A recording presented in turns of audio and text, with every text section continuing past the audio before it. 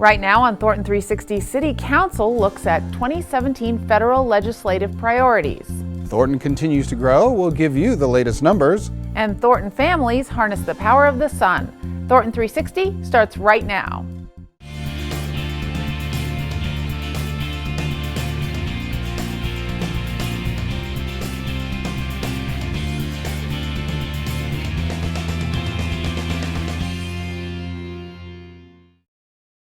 Hello and welcome to Thornton 360. I'm Lisa Wilson. And I'm Todd Barnes. Thanks for joining us. We start this edition of Thornton 360 with a look back at the last City Council meeting. Council approved their 2017 federal legislative priorities on issues that impact the city of Thornton in the areas such as water quality, transit and transportation, community development and housing, economic growth, and public safety. This is the priorities that the City Council approves that is used in our lobbying efforts with the federal delegation.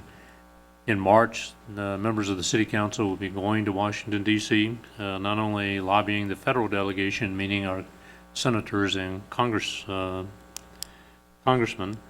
but also federal agencies and congressional committees that impact and influence areas of regulatory approval or grant approval that relate to issues that are important to this community. Mayor Williams also provided an update on the search for Thornton's next city manager. Today we did interview 3 search firms, and I believe we should be able to make a decision fairly quickly on who we're going to choose. The search firm will then go out and, first they'll come here and they're going to interview the City Council, staff members, potentially members of the community to kind of get a feel for Thornton and what we're looking for and who we are and what we want to see in our next leader. The timeline is not particularly clear yet, but I will tell you that we're striving to have somebody in place by September or October, which may sound like a lofty goal. We think it's possible, and the search firms that we have interviewed feel like that's definitely doable, if not sooner. Obviously, once we pick somebody, they still have to give notice and, get their stuff together. They may need to move. They may not live in Colorado. So we're factoring all of that into our timeline, but we still think we can make that happen.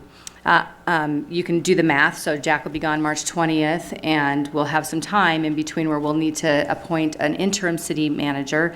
We believe we'll be able to make that announcement at the next City Council meeting in 2 weeks, so that should not be a problem. So the staff and the residents should feel very confident that we are doing our job as a City Council, and we're moving forward in this search process as quickly as possible. But obviously, we want it to be meaningful. We want to make sure we find a good person to, I can't say replace Jack or fill Jack's shoes, but to take the reins and move forward. And Council recognized Utility Maintenance Supervisor Walt Jenkins for his 32 years of service to the city of Thornton. I've enjoyed everything I've done here, and one of the best things I could tell people is it was an honor to help build a city. I didn't do it by myself, but I had great teams behind me. And that's all I could say. It was great. To see the entire City Council meeting, tune to Xfinity Channel 8 or visit cityofthornton.tv. The fourth quarter of 2016 saw an increase of 607 residents, bringing Thornton's population to 134,149. Thornton's available housing increased with 211 certificates of occupancy issued for the fourth quarter, and the total housing unit count in Thornton is just over 46,650. An update on the snowpack now. That's where Thornton's water supply comes from. The South Platte Basin snowpack grew to 138% of average compared to 119% in January. Currently, Thornton's storage levels are at 73% capacity, and that's normal for this time of year. A warning now about misleading ads that have been popping up in Thornton mailboxes. This bright green postcard looks like a code violation sent from the city of Thornton. It's not, and homeowners have found them to be confusing and even startling.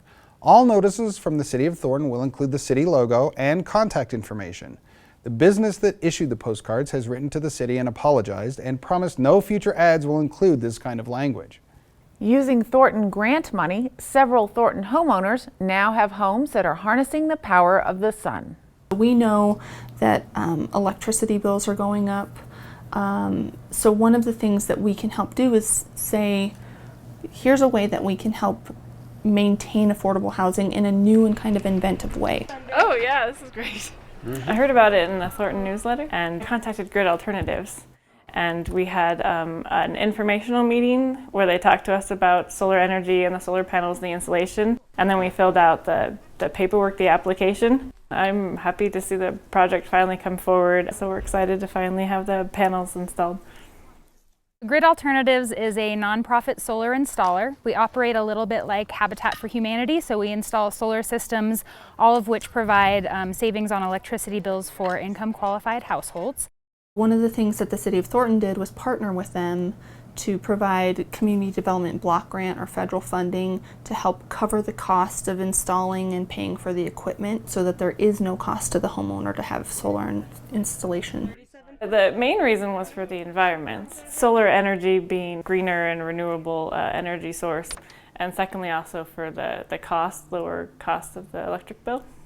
The program targets people who are already in an existing home and finds a way to make what is becoming or potentially becoming unaffordable to them a way to help offset those costs.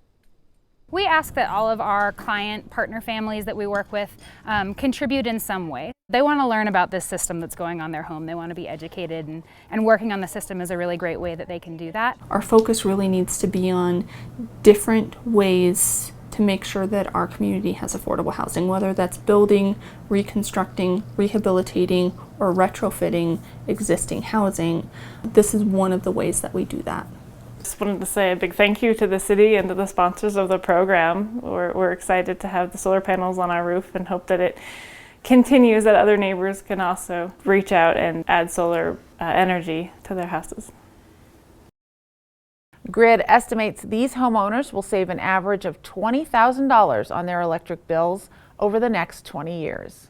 With grant funding from the City of Thornton, 2 classrooms at Thornton High School will be converted into school-based health clinics. Construction will start this summer, and the clinic will open at the start of the school year.